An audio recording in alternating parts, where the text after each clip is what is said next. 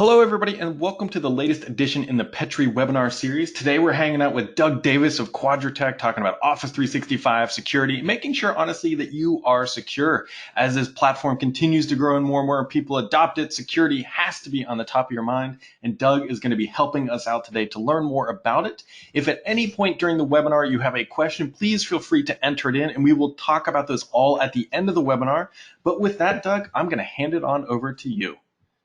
Great, thanks, Brad, and welcome everybody. And thank you as always for your time today. So the next 45 minutes, we're going to talk a little bit about whether or not you're secure in Office 365 sense. And we know one of the things I always take an approach to is that, you know, security is easy if you have a lot of time. It's really hard when you're super busy and everything else is happening. So from that perspective, that's what we're going to be focusing on today. As a busy administrator, how do you get to a secure Office 365 environment? So what's on tap for today? So let's define what a secure Office 365 environment looks like, okay?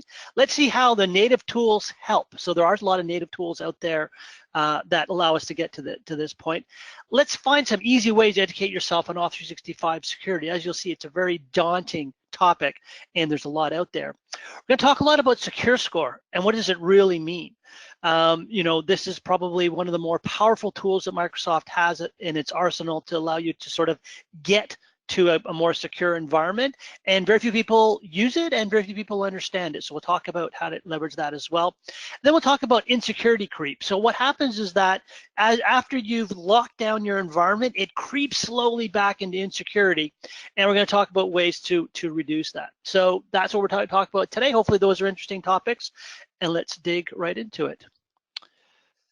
So how do you define Office 365 security? So one of the things we have to understand is that in Office 365 world, this is a hosted environment. So in the past, we had data centers that were locked behind the door. There was physical security was almost as important as online security, but right now that's no longer the case. So these are in data centers all around the world.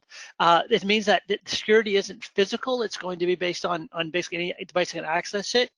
Right now, there are about 50 billion access points. So these are laptops and mobile devices and connected TVs, all kinds of different things that theoretically can get into your environment. So you can't access that, you can't manage the access points, you need to manage the entry points. And what you have to do, all you have to worry about is that there are so many entry points in Office 365. And you have to really think about all of these possible available doors and make sure that you're covering them all off. There's also a huge problem in that there is no definitive list of Office 365 settings that define security. So you have a lot of things that you might have to tweak and change. And since these are ever changing, you really have to have that initial main line of defense, and that main line of defense will be your logins. And that's where this all starts. So I define security in Office 365 world as this kind of 5 steps. Lock the door, make sure that people can't get in unless they have a proper key. Make sure that you understand and you focus on security-centric settings. Make sure that you track intrusions, so if something does happen, you're able to find that. Alert on main threats, use automation as much as you can, and automate governance. Get into the concept of governance. We're going to talk about governance a little bit later on, because really that's how you keep this. So you're going to do a lot of work to understand and secure Office 365, but if you just leave it on its own, you're not going to be able to get back to it and be able to actually continue using it in secure methodology as well. So how do we get to this state? How do we get to the state where we have these 5 pillars of security in place for Office 365? One is that you have to start with understanding the settings and tools that come with Office 365. There are literally thousands of settings, okay? And with more coming all the time. Because this is an evergreen environment, evergreen means that basically Microsoft can change it at any time and it's always up to date, and you don't have any choice in the majority of these things that come down the pipe. So you're gonna have to understand that, one, there's a lot there that you may not be aware of because you just hasn't been necessarily part of the base installed when you started. And also, some are very important, some can be ignored, but nothing is really out there that tells you here's the definitive list. To make sure you do these and make sure you get there though. But there are some pointers to get you going, and there are some ways that you can get into that state of understanding what the important settings are and what they can, what you can do with them. So the first thing to do is get to know your admin tools, okay? There are a lot of admin tools. So one of the challenges of Office 365 management is that there's not a tool called settings and you go there and all your settings are there. There are multiple sections in admin tools. It is also very different depending who you are. So if you have different work streams, different licenses, your admin settings will change based on your roles and your subscriptions. Each one of these has sub-settings and lots of things to consider. So there is actually a settings panel here. So you can see here there's a settings thing, but it only has a few things. There are also going to be settings down here in the admin centers. There's going to be settings in security and compliance. There's going to be settings on individual users. There's a lot. And if you want to actually learn each and every one of these, it's going to take a long time. And you also don't always have context. So you'll go into a settings menu and it'll kind of just show you something and you're not really sure what is going on. So you have to learn what is important and focus on the main items. Now, what's nice about this is that there are a lot of resources out there. So Microsoft knows that security can be daunting, so they have some handy guides to help you out. This URL is one that I've given people access to a lot, and I think if I pull this over here, you can hopefully see it on my screen right now. This document basically allows you to get some quick wins. It tells you basically what you're going to do. So this is for somebody that's starting in Office 365 security, maybe doesn't really understand everything, or even if you tried to understand it, you're left kind of like, well, what do I actually get into it? So there's a 30-day and a 90-day quick list, and it basically defines what you should be doing and what settings are important. So for example, in the 30-day, kind of rapid configuration, there's login analytics, basic identity protections, basic admin protections, tenant configuration, and then in the 90 days you get into admin accounts, data and user accounts, visibility, compliance, threat and user needs, and then beyond, adjust and refine key policies, etc. And the individual tasks are fairly well lined out. So for example, check secure score and take note of your current score. So we're going to talk a lot about secure score later on. Configure your Office 365 tenant for increased security. Use a highly secure Windows 10 device for admin activity. There's all these things that you can get to. So even though there are a lot of individual settings, there is a good way to just get down there. So this is a good document that I think is not all that long. And as you'll see, there is kind of these simple checklists of things that you can do. So even though there are thousands of these individual settings, a certain subset always is better than others. So that's a great document to be able to go through and review from that perspective. But it basically comes down to this: get to know your secure score pronto. Okay, secure score is pivots into education as well, because it kind of gives you a sense of where you are and what you need to do, and it takes you on that journey of understanding that. Turn on the audit logs so you know what is happening. Audit logs are usually off by default, and it just doesn't help you if you're trying to figure something out and there's no audit log to be able to go through that. Turn that on and you have a massive amount of data that's at your fingertips to be able to figure out what's happening and what may have occurred. And think about activating multi-factor authentication. Because we talked about locking the door, there aren't very many really good tools to lock that door. Multi-factor authentication, as much as it's sometimes a bit of a pain, will help you there, because it means that there's an extra layer other than just hoping that your users change their passwords and don't use bad passwords. There is that ability as well. Do those three things and you're actually well on your path already to a fairly secure Office 365. So let's take a look at Secure Score. So if you don't know anything about Secure Score, it's actually a little bit of a misnomer, because your secure score is no indication at all of how secure your Office 365 environment might be. You may have a secure score of 0, but you may have the most secure Office 365 environment out there, because you're doing something that, just like, for example, if you just have a device in a room, the room is locked 5 times and the password is incredibly complex, even if no other configuration is set, your environment is very secure. Secure score averages are very, very low. So if you take a look at this chart down here, everybody's secure score is based on a different number. So mine's 408 for this tenant that I'm working on. What they do, they basically take a look at your services and all the available settings, and they calculate a score on if you went through each one of these settings and you set them properly, you get a score of 408 over 408. Another environment might be 350, another environment might be 762. Doesn't matter, necessarily. It's not the same tenant to tenant. But averages are very, very low. So the global average for this particular type of tenant, which has 508 points, is nowhere, it barely gets over 50 from that. So high secure score doesn't mean that you are secure, and a low secure score doesn't mean that you aren't secure, but it gives you a sense of how well you've gone through the various settings that are available within the secure score interface. You need to learn to leverage and use the Secure Score tool. It was fairly complex at first, but they've really made it really easy to use. And we're actually going to go through that process now a little bit.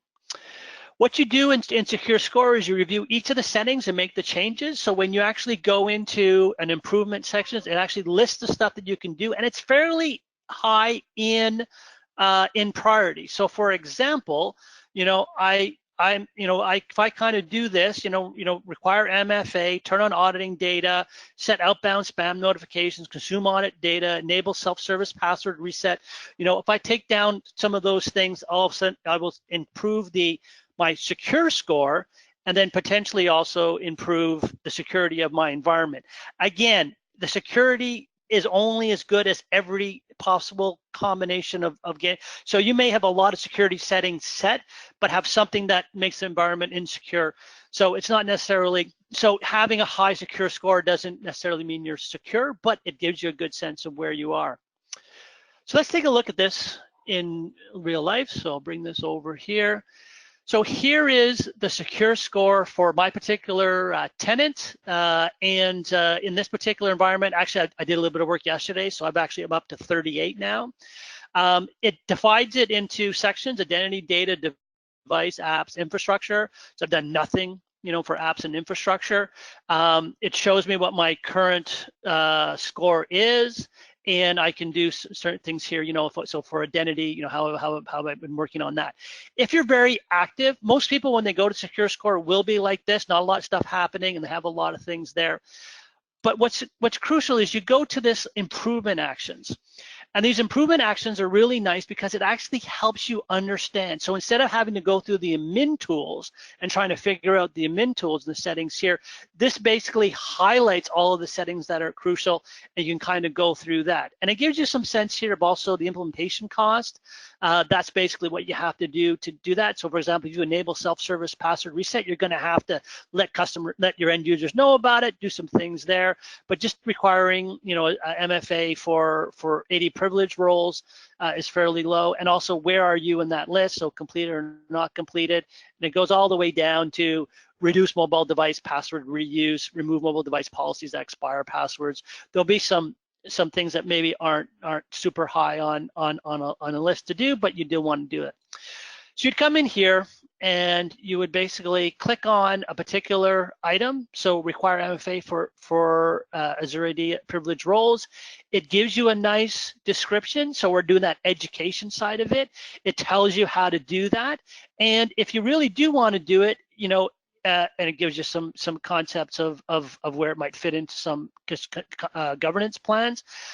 I'm able to actually go directly to that particular setting and make the change and in that particular view. So it's taking me right here to my require MFA for service management preview, and I can actually go and make that change right there.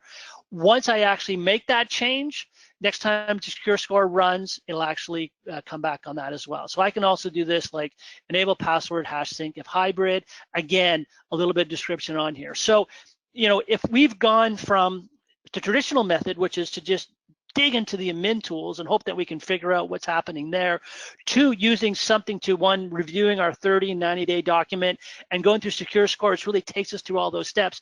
If you go through this and at the end of this process, enable half of these, you're well on your path to having a secure environment. So it's really nice from that perspective. Okay. So now you've done that. So you've gone through Secure Score. You've kind of done all your settings. Okay. The main problem is that a huge amount of security breaches are people who follow all the rules. Okay. So, many damaging breaches are from internal sources. These are just 5 or 6 of recent ones that I found recently where, you got, somebody's lost their popcorn recipe to like even things where, somebody's basically taken, some of the core data of a company like Tesla's autopilot source code. No amount of security settings will stop these. All of these, if you read the underlying article, were things that were going on for a very long time that were only discovered through some sort of extraordinary event. The person got fired. The person accidentally forwarded, something. There was a larger audit on something else. These things, unfortunately, happen all the time, and you actually, don't want to. You can't rely on security settings to do that, because if I'm, let's say that I want to do something, naughty from the perspective of my company, so, I can basically do whatever I want because I'm administrator on our tenant. I can take that stuff there. Nothing catches me automatically, but it actually is something that the company needs to know about and needs to be able to find out. So you need to once a week browse your security log for suspicious activity, which on the outside sounds like a really difficult thing to do, but there are some ways to do it. Now, what can the audit log tell you? Okay, it can tell you who went on a download binge, odd changes, trends outside the normal. Most breaches are discovered in non-conventional ways, unfortunately, so you have to sort of be able to do that.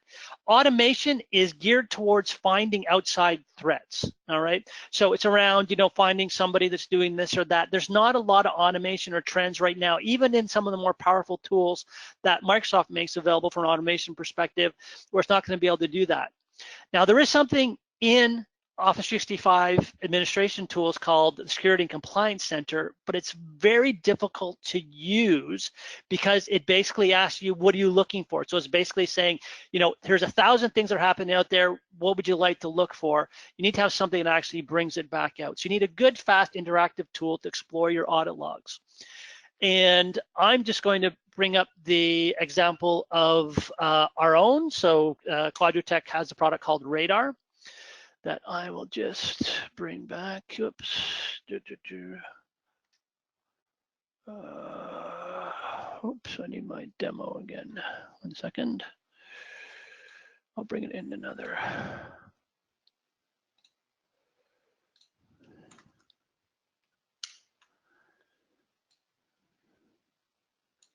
Here we go.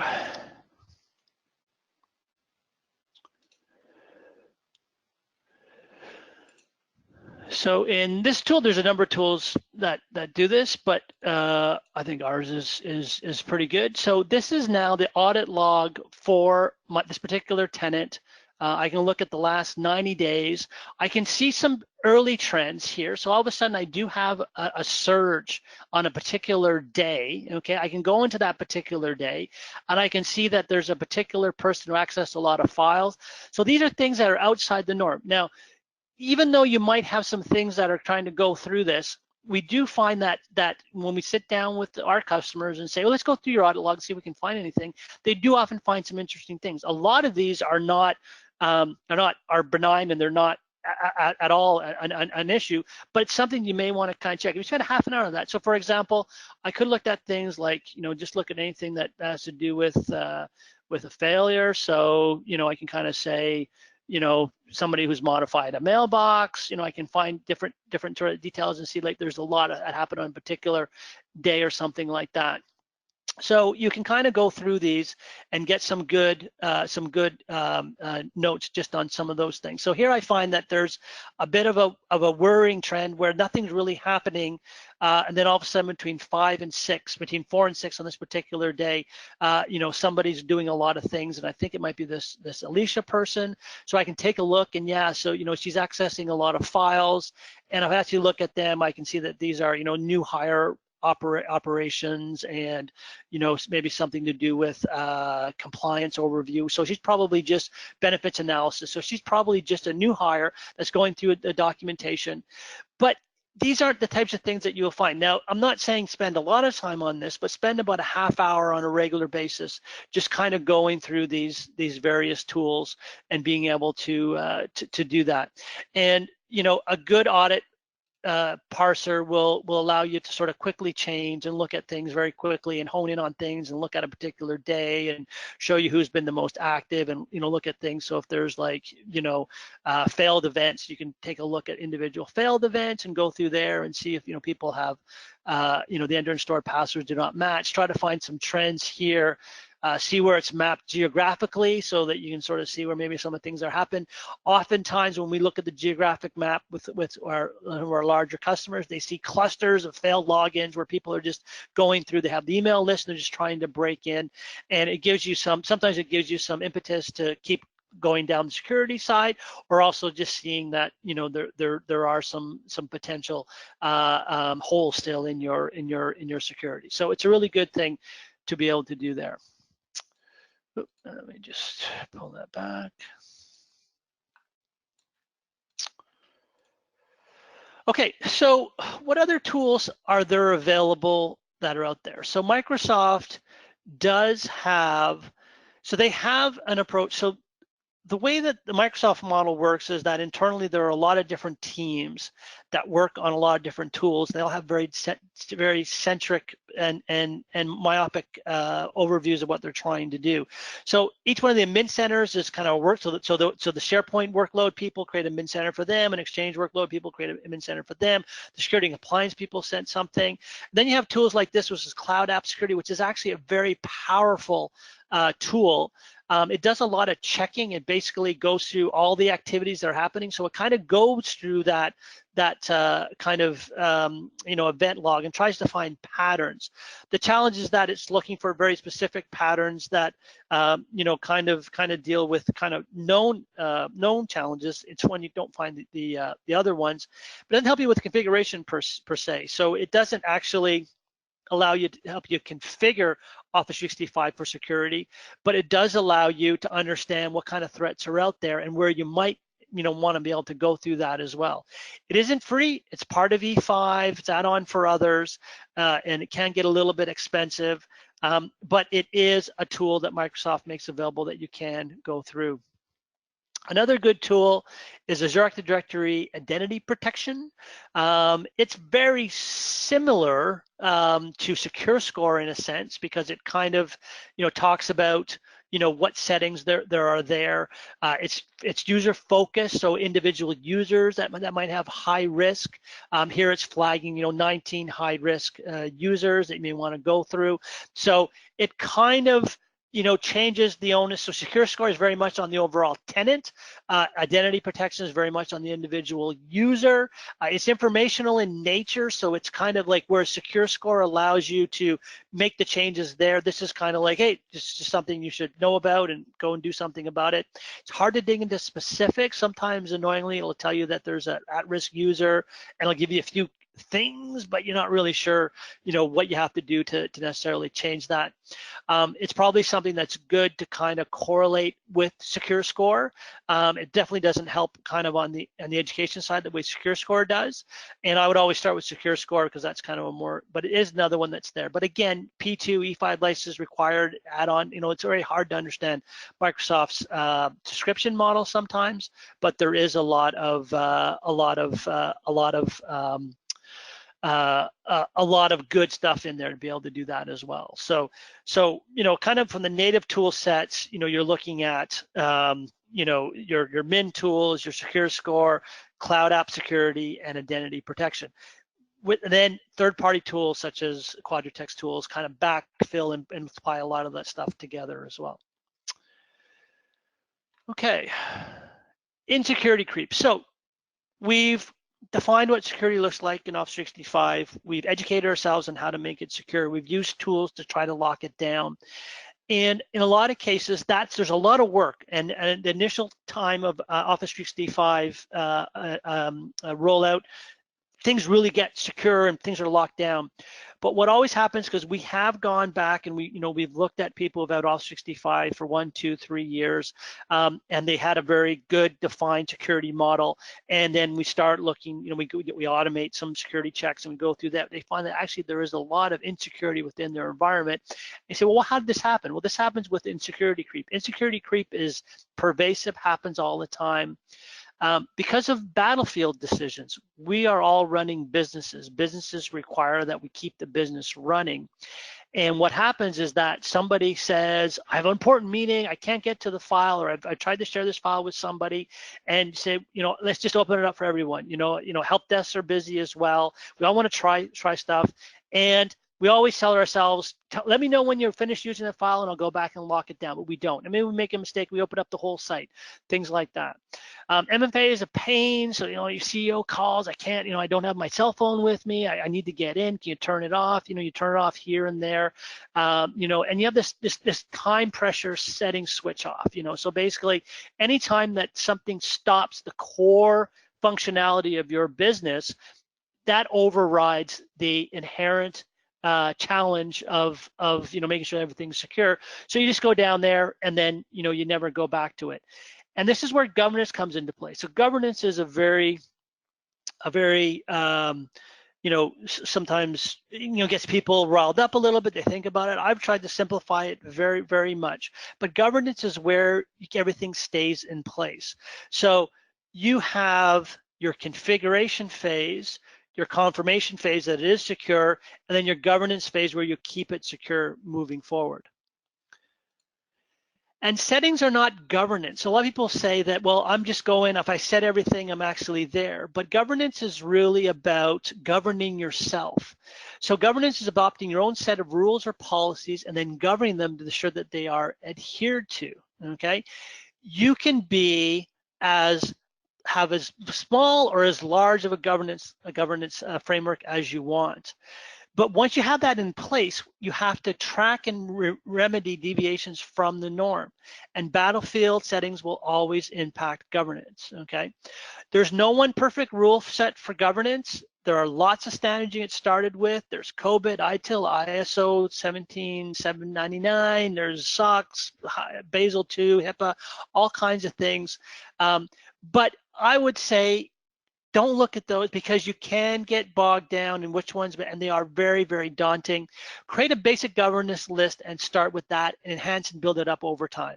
So core governance can be deployed in a very short period of time. We have worked with organizations where they said, I don't know what happened. We've had insecurity creep, and we're looking at governance. One to say, what? Forget about the governance frameworks right now. It's important to get started. Let's just build a simple governance list and go from there, and then get started from there. So for example, here's Doug's simple governance list. Just have these things. Make sure you have MFA for logins. Passwords are complex, need to be changed every 30 days. Guest access is purged religiously so that people can't get there. Don't allow auto forwarding. SharePoint and OneDrive settings are locked down. Restrict shared mailboxes and disable and delete accounts that are no longer needed. If you do these things, and this is just my list, your list could be different, but those are 7 pretty core things that you could do, then you actually get out there. So this is what we're going to govern in the context of our own environment. So you go out there and you get that set. How do you actually keep that in place? And this is where automation happens. And there's no native tools to actually do that and help you get automated. So you want to use a data-driven governance tool. Now, Quadratec will be shipping a governance dashboard in Q4, which is and this is a preview of it. There are others out there that are on the market. And what you basically do in this particular context is you define your governance framework, and then you basically plot those on a governance dashboard. Each one of these you configure. So I'm saying that, I need to have mailbox audit enabled. I need to have mailbox retention policies. I have to have mobile device applications. I want to make sure password never expires, make sure that passwords get changed, and I don't want to have external forwards allowed. So within this one, I'm actually seeing that nobody has external forwards, so that's pretty good, but people aren't changing their passwords. I'm not auditing any mailboxes, I'm not retaining any mailbox content, so that's a bit of a risk there just for investigation. I have a few people that haven't applied the proper mailbox mobile policy, and I have a lot of passwords that never expire, so that's kind of nasty from that perspective. Now, underlying this, there's a algorithm to try to calculate your actual governance score, and based on how you set those. But my risk profile for this particular tenant is 62. So if you kind of, these numbers are easy to understand. So secure score is kind of a configuration score. How well have I configured my environment? But it's not a security score. Governance is a risk score, so it kind of tells you, like what your kind of risk is, and it's meant to be something that you can kind of be quantify over time, and see if you're going up or down on that particular one. You can change the parameters for it as well. But there's still no score that gives you an absolute security score, because it always comes down to that one little door that might still be out there. But it allows you to do that. So, we've kind of gone through the process of being able to do that, and we use a data-driven governance tool to be able to actually lock that down. So, kind of coming to the end of the presentation here, because again, security isn't all that hard. So you can go, and there are long presentations on that, but really there's some simple things that you can do. So secure score is your friend. Everybody has access to secure score. It's not a particular configuration, but it has to be set up. Follow some sort of guidelines. Okay, so look at the 30 and 90-day quick wins document from Microsoft. Do the simple stuff. So that list of 7 things kind of locks you down, and it often doesn't occur. Spend a bit of time with your audit logs. Find out what's happening out there. Do some assessments based on that, and start with simple governance and ramp it up over time. Governance needs to be a process and a policy that's in place so that it builds, because I'll take a little bit of a sidebar here on governance. So a lot of governance plans fail because people take a huge governance platform and they try to implement it to the nth degree, and then it takes months and months and months. During all that time, they're not really locking down some of the environment. So start with a simple governance. It gets governance flow into your organization, get thought process around governance, and then ramp it up. And even every one of these individual governance frameworks have sub templates and sub things, so you kind of achieve one. Get the process right first, understand how governance works, and then sort of run it out throughout the rest of the organization. All right, so let's review. So at the end of this process, if you follow all these things, you should have these 5 things kind of configured. So you're locking the door, you're highlighting, making sure that people can't log in, because you can't stop people from accessing your environment. It's on the web, it's going to be there. Make sure you review and set security-centric settings using all the various tools. Track intrusions, so that's where we've created audit logs on there, and we're actually finding what's happening. Set up alerts on main threats, so that governance and security and compliance, and in the Quadratec Radar tool you can set alerts that have to go there. Then automate governance. And that means that you will be able to actually, in automating governance, make sure that the top 4 blocks basically get set up while you're doing that as well. So it's very, very focused on keeping this in place, longer than a few months, which usually happens once people kind of step back from the big security configuration phase. And that's pretty much it. That's the whole approach. So let's go through some questions. So I see a few here. So one is, why doesn't Microsoft configure security out of the box? So that actually is a very good question. I think they're trying to be adaptive to all environments. So, I think there are some things that they should set by default, and there are a couple of things that they do, but it is very much a kind of a democratic approach. So basically it's your tenant. It comes over with minimalistic security, I guess, you kind of need passwords and a few other things. And what they're trying to do is make it completely configurable, be as secure as you want it to be, and they apply tools in there. So they're kind of focused on that kind of approach. It'll be interesting to see how this morphs over time, because I think a lot of organizations feel that maybe it should be a little bit more secure out of the box, but they definitely are starting to have some more tools there. SecureScore is reasonably new. I'm trying to think, it's maybe a year and a bit. So Office 365 was out before that. Cloud App Security is reasonably new. So I think now they're really starting to put more presence into that, and it may become more of a configurable setting moving forward. Can Radar be set up for specific compliance scenarios like SOX and HIPAA? If with not so much Radar, the governance dashboard is actually part of a new tool we'll be rolling out called Nova. It's in preview right now, and we'll start seeing us talk more about it. That's the governance dashboard, and that governance dashboard will have industry-specific compliance profiles that are both either governance platforms or HIPAA, Basel II, SOX, things of that nature. So that's our focus there. So our governance focus will be with our Nova product. Where can we find additional help understanding implementing SecureScore? I mean, SecureScore itself, the whole site is pretty good. There are some decent documents in the Microsoft document library, but what I found more helpful more than anything else was just going into SecureScore and making sure that I understood exactly how SecureScore worked within the context of my environment.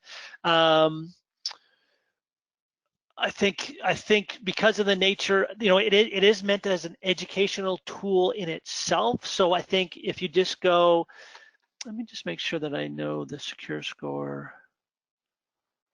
Oops.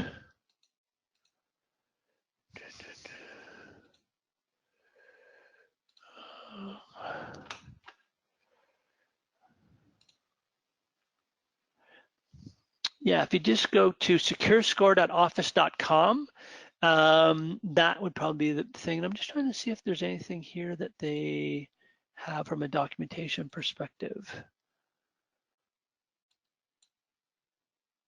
Let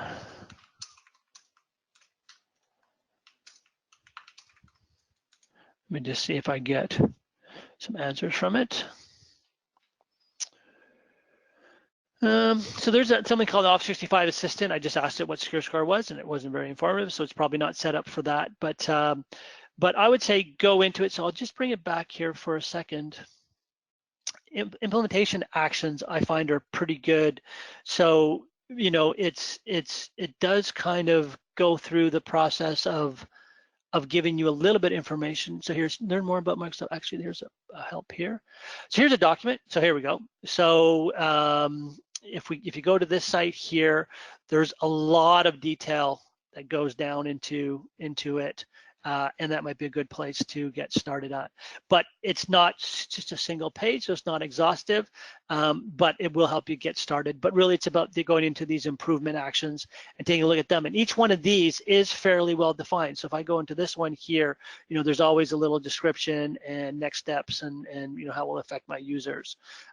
So it's kind of nice from that perspective. And if you are following some of the compliance controls, it tells you where it fits there and there. And it's actually nice here too. You can put notes in here. So let's say I come over here, I can say, we will do this next week. George will be in charge. Save that, and then theoretically, if we go back, should have that note there. Yep. So you can kind of make this your whole center for it, review this. Even after you do changes, they stay here. So after they're completed, they'll stay. So you can kind of go through here. So I ignored this one, for example. You want to be a little bit careful. One thing I do notice is that, let's say I go into here and I, just hit this by accident or something like that, then all of a sudden it's out of my list, and you might want to just go back and see whether they're done or not. So, but yeah, so I think that's your one spot where you can actually take a look at some SecureScore stuff. Any other questions here?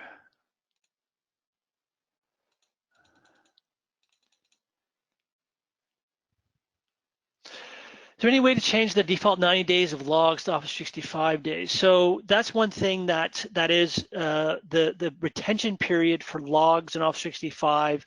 First of all, retention periods in general are either 30 days, 9 days, some of them 180 days. And that's a bit of a challenge if you're trying to look at something that happened months past. So third-party tools like the Radar tool, they maintain logs beyond that time frame. So they'll actually be in place, for as long as you've been a subscriber to Radar, for example. So we have some customers that are back, 2013, 2012. They have logs that go back that way. Microsoft has said always that they don't want to keep logs for longer than that. There's a lot of storage, and that people that want to look at logs a little bit longer should look at third-party tools. There's no way to change it. It's something that happens under the cover. Microsoft decides, how they do that. At least I haven't heard of any changes to that as well. How is Radar licensed? Radar is licensed on a per user basis. So from that perspective, it's per user per year, and it's fairly attractively priced from that perspective. But and it's for the number of users in your tenant. So if you have a tenant of 100 users, you have one administrator and 100 users, you have to get a 100 user license. If it's 10,000 users, 10,000 user license, and so on. What is security on reports.065radar.com like? So we publish security and architecture guide. So we're a cloud service as well, leverage Azure services, for example, and we do independent pen tests. So all of these services are sort of the same in a sense. We all follow a common security model. We all do independent testing. So it's kind of like the fox should never watch the chickens or the hens. So from that perspective, we go out and we get independent companies to do penetration tests, and they give us insight on how to do that. And a lot of our larger customers naturally do their own testing as well. And I think that's the nature of majority cloud services these days as well.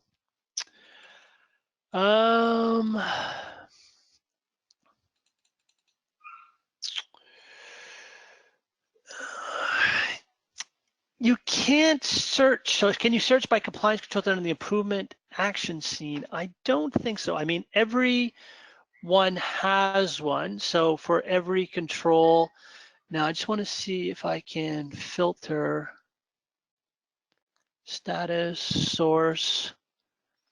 It would be nice if you could filter by that, but it would have to be a chart here. So you can go into each one, and it does show you the controls that it does adhere to, but you can't add that column.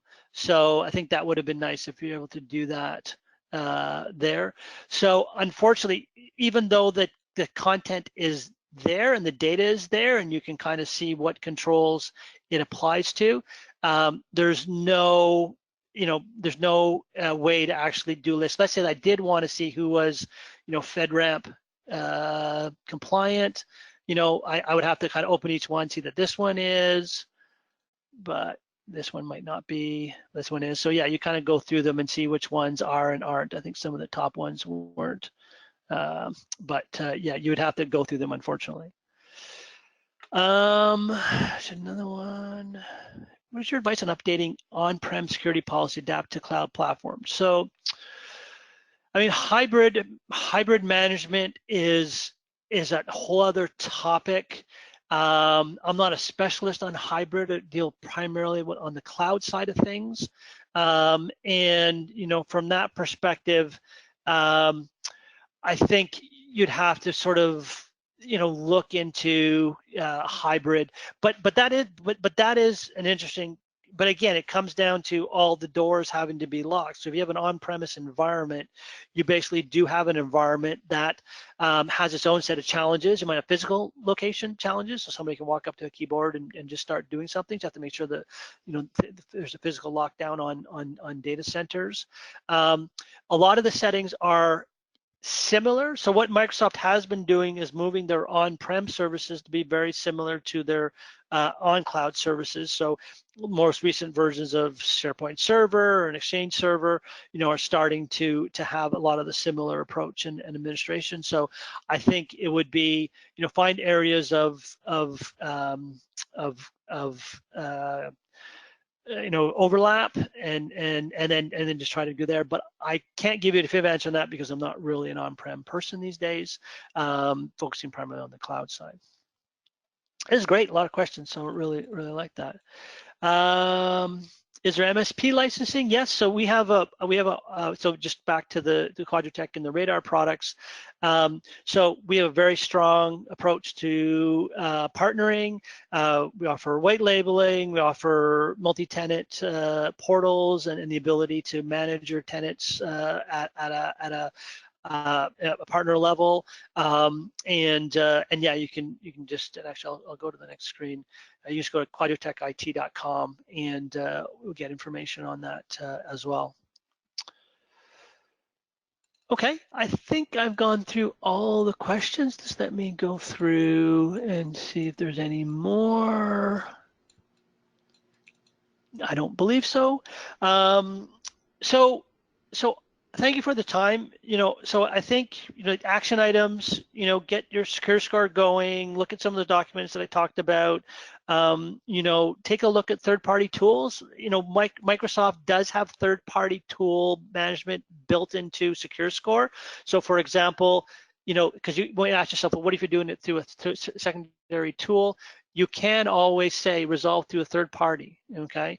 And because that's a big part of the Microsoft approach, is that there can be third-party tools that also aid in my day-to-day security or anything really, and things for like longer logins, more comprehensive logon analysis, governance dashboards, really deep, compelling reporting are things that Microsoft has tended so far anyways to put in the hands of third-party tools. So take a look at those, or look at some of the things that, in essence, cloud app security and identity protection are third-party tools resold by Microsoft, but they're their own internal tools, but they kind of have analogous products out there as well. So. Okay, well, thank you so much for your time today. That's the end of the presentation. And hopefully you've enjoyed today's session. I tried to keep it simple. I think there are some really easy ways to get down the security path quite quickly and keep things locked down and then build up over time. And hopefully, we'll be talking in the future on some other topics. Thank you very much.